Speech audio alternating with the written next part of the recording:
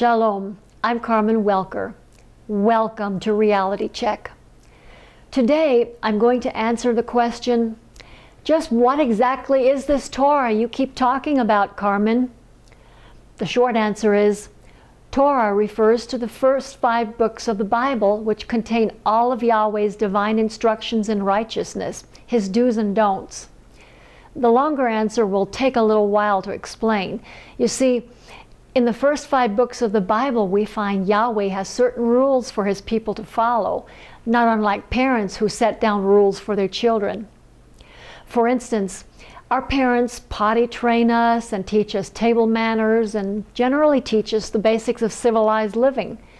They explain that we will be electrocuted if we stick our fingers into an electrical socket and to look both ways before crossing a street. Well, Yahweh has rules too, and these rules are rules for life, rules that keep us safe from harm and show us how to be holy unto Him, as we saw with Adam and Eve, who were told they shouldn't eat the fruit of the tree of the knowledge of good and evil. Years later, when the earth became more and more populated, He laid down other rules to keep mankind safe from harm and remain holy. Don't commit murder, don't commit adultery, don't steal, don't lie, remember the Sabbath and keep it holy. And early on, there were hundreds of commands. Some were only for men, some only for women, some were meant for a certain point in time, and most were for the priests once the priesthood of Levites was established. But He gave some forever commands, and among those were the 7th-day Sabbath and the feasts, all of which are practiced for the millennium when Yeshua will rule and reign for 1,000 years, when all, according to Zechariah 14:16, will be keeping the proper Sabbath and doing the feasts. So what makes us think we don't have to bother with those forever commands now?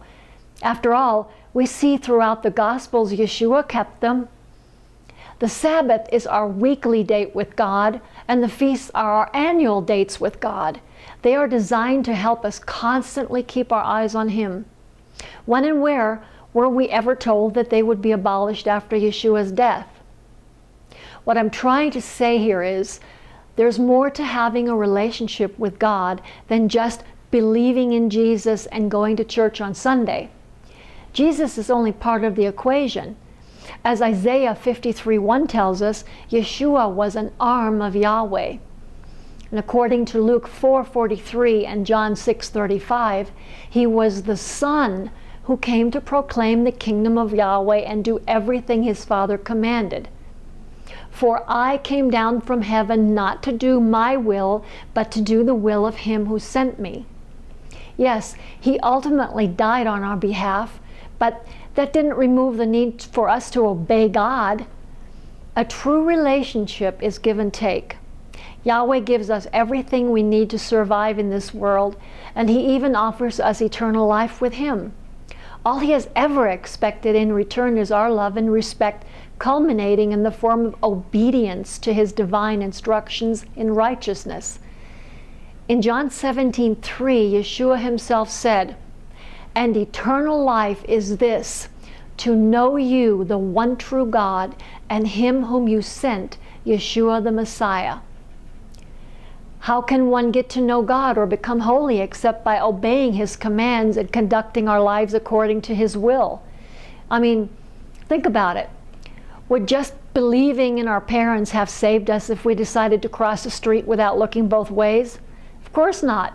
We have a responsibility to apply what our parents taught us if we wish to live safely in this world and to make it through life.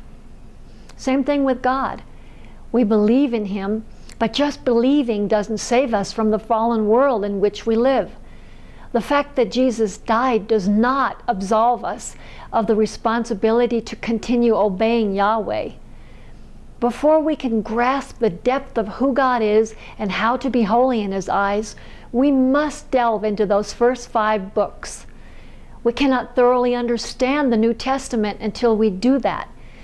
Remember, in earlier segments, we discussed that Torah is for anyone who has accepted the God of Abraham, Isaac, and Jacob. Yahweh reiterated this 4 times in a row in Numbers 15:13 through 16, where he said that those who have accepted him must do exactly as his people do. And his people, the Hebrews, were all Torah observant. His divine son Yeshua was Torah observant, and contrary to popular belief, so was the Apostle Paul, whom many like to use to show that Torah was abolished. But the fact is, all of Yeshua's apostles and disciples and all of his followers for at least 100 years after the death of Yeshua were Torah observant. Without Torah, we would have no blueprint for moral holy living.